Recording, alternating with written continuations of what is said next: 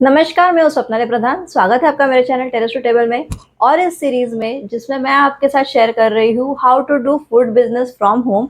हम घर से ही अपने फूड बिजनेस कैसे कर सकते हैं और मैंने काफ़ी इसके वीडियोस आपके साथ शेयर किए हैं। बहुत सारे हमने टॉपिक्स कवर किए हैं। तो आज का टॉपिक है मेन पैकेजिंग, जिसपे मुझे बहुत सारे सवाल आए लोगों के कि पैकेजिंग कैसे करनी है, ये आप हमें बताइए। पैकेजिंग के लिए आप क्या क्या करते हैं ये बताइए। तो चलिए आज सबसे पहले मैं आपको पैकेजिंग की बातें बताती हूँ, उसमें हमें क्या ध्यान रखना है। पहली चीज है पैकेजिंग में, मैंने आपको एक पहले भी किसी रील में या वीडियो में बताया था कि हम फैंसी पैकेजिंग की बात नहीं कर रहे हैं यहाँ पे।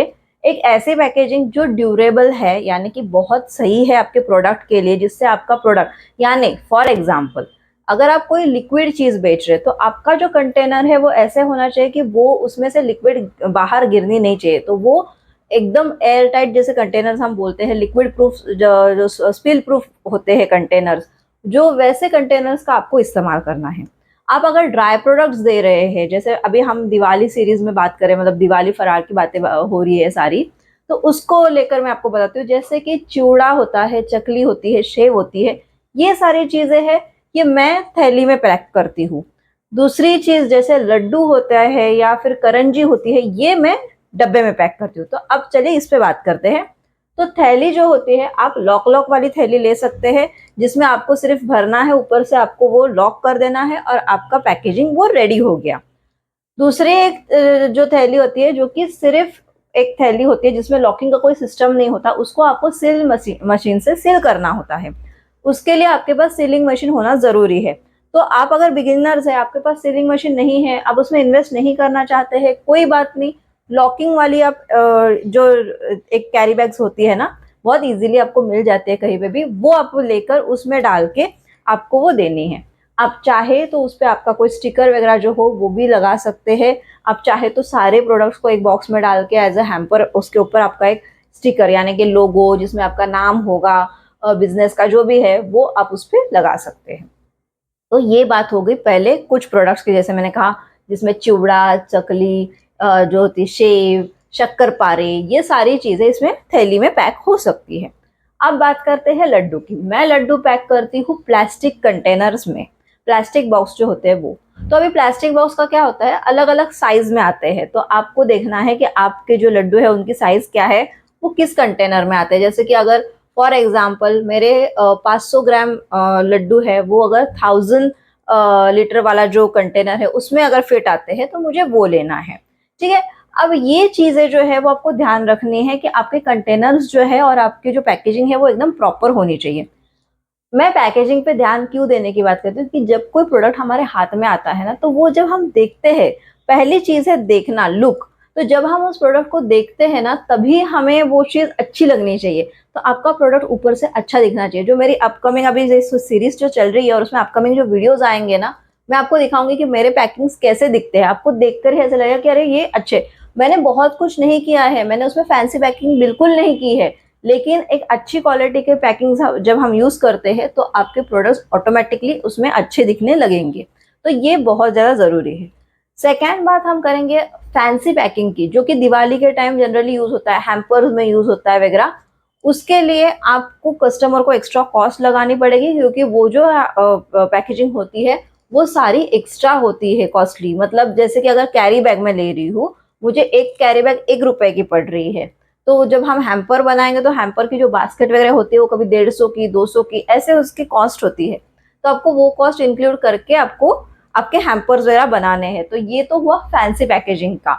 लेकिन जब हम नॉर्मल पैकेजिंग करते हैं साल भर प्रोडक्ट्स बेचने के लिए, तो ये तरीके होते हैं। प्लास्टिक बैग का मैंने आपको तरीका बताया, और प्लास्टिक बॉक्सेस का मैंने आपको बताया।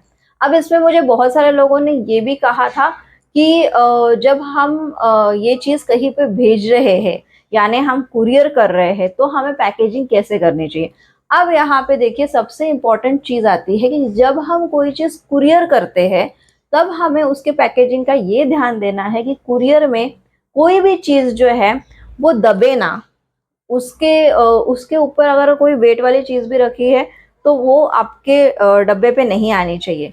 तो उसके लिए क्या करना चाहिए कि अपने सारे जो भी आपके प्रोडक्ट्स कस्टमर ने मांगे हैं, चिवड़ा मांगा है, चकली मांगी है, लड्डू मांगे, जो भी है, वो सारी चीज़ों को एक कॉरिगेटेड बॉक्स में आपको डालना है। कॉरिगेटेड बॉक्स जो होता है उसमें आपको डालना है और उसमें आपको उसकी पैकिंग करनी है। अब मैं कैसे करती हूँ, मैं जो चीज़ें हैं यानी जो हमारे प्रोडक्ट्स है, वो प्रोडक्ट्स पहले थैली में, जैसे हमने थैली में चकली पैक कर दी, उसके ऊपर मैं बबल रैप भी करती हूँ। बबल रैप करके उसको कॉरिगेटेड बॉक्स में जब रखा जाता है तब आपकी चीजें जो है वो प्रॉपरली ट्रांसपोर्ट होगी यानी कुरियर होगी। ठीक है।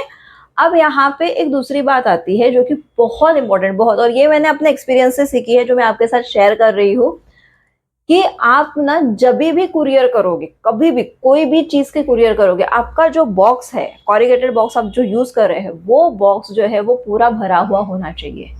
उसमें जब जगह बच जाएगी ना, सपोज आपने एक डब्बा रख दिया, एक थैली रख दी, और अगर आपका कॉरिगेटेड बॉक्स बड़ा है तो आप जब उसको टर्न कर रहे हैं तो चीजें हिल रही है, जब आपके अंदर की चीजें हिलेगी तब आपकी चीजें डैमेज होकर जाएगी। सिंपल फंडा है ये आप याद रखिए। कुरियर में आपको सिर्फ ये फंडा याद रखना है, फिर आप जहां चाहे कुरियर करें, चीजें अंदर की हिलनी नहीं चाहिए, इसका आपको ध्यान रखना है। तो आप उसमें पैकेजिंग मटेरियल डालिए, आप अपने प्रोडक्ट्स को इस तरह से करिए, प्रोडक्ट्स की पैकेजिंग इस तरह से कीजिए कि एक डिब्बे में अगर आपके 400 ग्राम लड्डू रह रहे हैं प्रॉपर, जो हिलेंगे नहीं, तो 400 ग्राम वाला ही पैकेज आप भेजिए, कोई बात नहीं। अब क्लाइंट को बोले हमारे पैकेजेस जो है या हमारे जो कंटेनर्स है वो 400 ग्राम्स में आते हैं, 400 का आप एक लीजिए, दो लीजिए, तीन लीजिए, आप ऐसा कर सकते हैं। लेकिन आपको इस बात का जरूर ध्यान रखना है कि आपके कंटेनर के अंदर की चीजें हैं वो बिल्कुल भी ना हिले।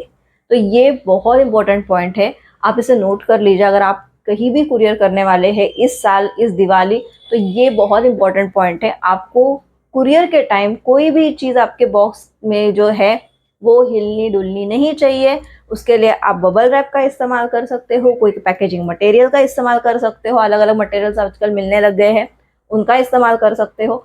लेकिन इस बात का आपको खास ध्यान रखना है, बॉक्स को अच्छे से आप ऊपर से सील कर दोगे, सील यानी कि ब्राउन टेप से आप सब जगह से सील कर दोगे, नाम वाम लिखोगे, तो आपका कुरियर बॉक्स रेडी हो जाएगा और उस हिसाब से आप उसको बेच सकते हैं। तो पैकेजिंग में एक तो मैंने बता दी कि आप प्रोडक्ट की नॉर्मल पैकेजिंग कैसे कर सकते हैं, दूसरा मैंने आपको बता दिया कि आप कुरियर कर रहे हो तो आपको किन बातों का ध्यान रखना है। अब पैकेजिंग मटेरियल में क्या क्या आता है वो मैं आपको बताती हूँ। एक तो पैकेजिंग मटेरियल में आएगा आपके प्लास्टिक बैग्स, दूसरा आएगा प्लास्टिक के डब्बे, तीसरा आएगा आपका जो बबल रैप है वो, चौथा आएगा आपका कॉरिगेटेड बॉक्स। तो ये चार मेन चीजें हैं जो आपको लेनी है। अभी कॉरिगेटेड बॉक्स आप जो जो मतलब डिफरेंट साइजेस के हैं वो आप ले सकते हैं, या कभी कभी आपको कोई शॉपकीपर है जिनके पास वो बॉक्स मिल जाते हैं आपको, यानी कैसे बताए, जैसे कोई आपके नज़दीक का शॉपकीपर हो, किराने वाला, जिनके पास सपोज किसी एक जैसे कंपनीज रहती है ना, बिस्किट आ गया उनके पास, तो उनके पास बॉक्स में बिस्किट्स आते हैं, एक या दो बिस्किट नहीं आता, बॉक्स में आते हैं पूरा, तो उनसे आप बॉक्स खरीद सकते हैं इन बिगिनिंग। आपके पास, आपको अगर बॉक्स वगैरह में ज्यादा पैसे नहीं इन्वेस्ट करने हैं तो आप बिगिनिंग में ना ऐसे किराना स्टोर से वगैरह मांग के ले सकते हो, वो आपको 10 रुपए में, 15 रुपए में ऐसे आपको वो बॉक्स दे देंगे। अगर आपको एक या दो ही बॉक्स की जरूरत है तो आप ऐसा कर सकते हैं। तो ये होता है मेन पैकेजिंग में। फिर मुझे कुछ कुछ लोगों ने ये भी सवाल किए हैं कि जो मैं सीलिंग मशीन यूज करती हूँ उसकी कॉस्ट क्या है वगैरह। तो ये जो सीलिंग मशीन है वो अलग अलग इस साइजेस के आते हैं, मुझे लगता है 700-800 से लेकर फिर 1000, 1500, 2000 जैसे भी उनकी कॉस्ट है, ऐसे बढ़ती जाती है। तो आपको स्टार्टिंग में इसमें इन्वेस्ट करने की जरूरत नहीं है, आप सीलिंग बैग्स भी ले सकते हैं और इस तरह से आप प्रोडक्ट्स को पैकेज कर सकते हैं। आप प्रोडक्ट, और मेरे अगले वीडियोस में भी आपको मैं दिखाऊंगी ही कि मैंने कैसे पैकेजिंग की है, दिवाली प्रोडक्ट्स मेरे कैसे पैक हो रहे हैं। इसके लिए आप दिवाली सीरीज जरूर देखिए, क्योंकि मेरा इंटरनेशनल पैकेजिंग, मेरा लोकल पैकेजिंग और मैं प्रोडक्ट्स को कैसे क्लाइंट तक पहुंचा रही हूँ, ये सारा आएगा उस सीरीज में, तो उसे आप मिस मत कीजिएगा। और पैकेजिंग के लिए आपको कोई भी सवाल हो तो आप मुझे ज़रूर पूछिए, मैं आपको जवाब दे दूंगी। मैंने बहुत सारे लोगों के जवाब दे दिए हैं ऑलरेडी।